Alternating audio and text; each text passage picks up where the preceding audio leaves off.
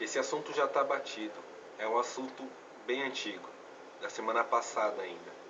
Bela recalcada e do lar. Recatada e do lar recalcada. Aí, falando bosta. É o seguinte, o que eu quero falar vai um pouco mais além da simples matéria que fizeram. Porque houve uma verdadeira histeria em cima dessa matéria e várias feministas falando merda e falando que a mulher tem que escolher, que não sei o que, que não sei o que. Então eu vou de um ponto de vista diferente, um ponto de vista da própria revista Veja. A revista Veja ela não especifica que toda mulher tem que ser dessa maneira. Tanto é que a própria revista Veja já ilustrou algumas capas muito bem elaboradas. Você se lembra daquela novela que tinha Pereirão, que era o apelido da mulher lá, que foi interpretada pela Lília Cabral, que é uma excelente atriz?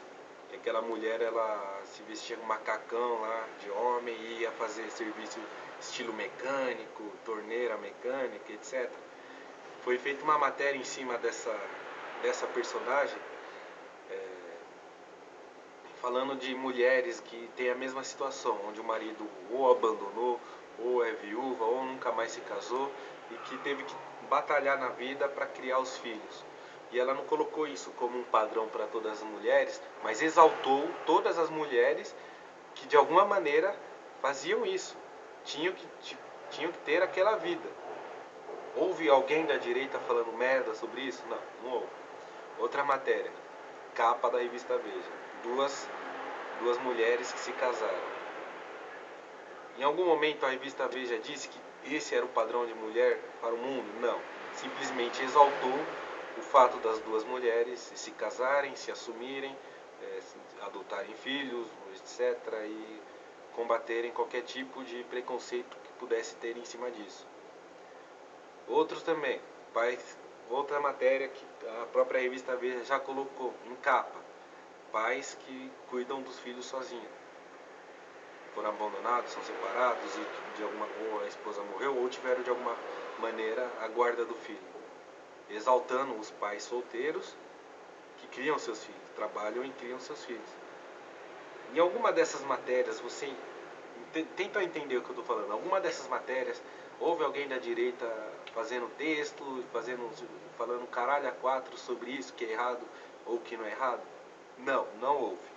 Só houve parte das feministas quando houve uma matéria da bonita, bela, sei lá, recatada e do lar. Porque você pode viver numa sociedade tradicional, onde isso seja imperativo. Só que nós não estamos nessa sociedade. Nós já estamos tão avançados que as mulheres saem para trabalhar, as mulheres são donas de casa, até mais que os homens. Mas existem mulheres que simplesmente optam por esse tipo de vivência. Ser simplesmente do lar, não precisa mesmo porque ela, no caso dela, ela não precisa, porque o cara é vice-presidente, deve ganhar uma puta grana do caralho lá.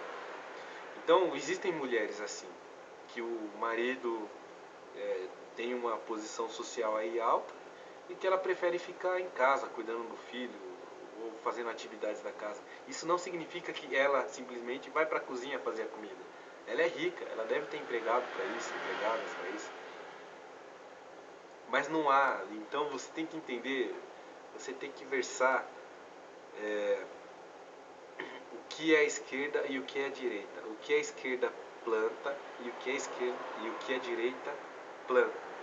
A esquerda planta discórdia e a direita planta simplesmente aceitação. Você tem que aceitar.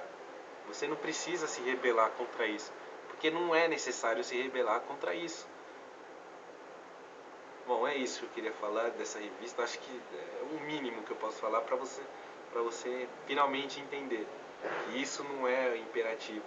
Não é todas as mulheres que precisam ser do lar. Mas as que optaram ser, você não pode ter um preconceito em cima dessa, e você não pense que essa mulher é um padrão central para todas as outras. Não, não é. Não é. Na verdade, nem existe um padrão central para o resto das mulheres nos dias de hoje. Então, assim, é isso que eu queria falar. Valeu, vamos falar mais aí.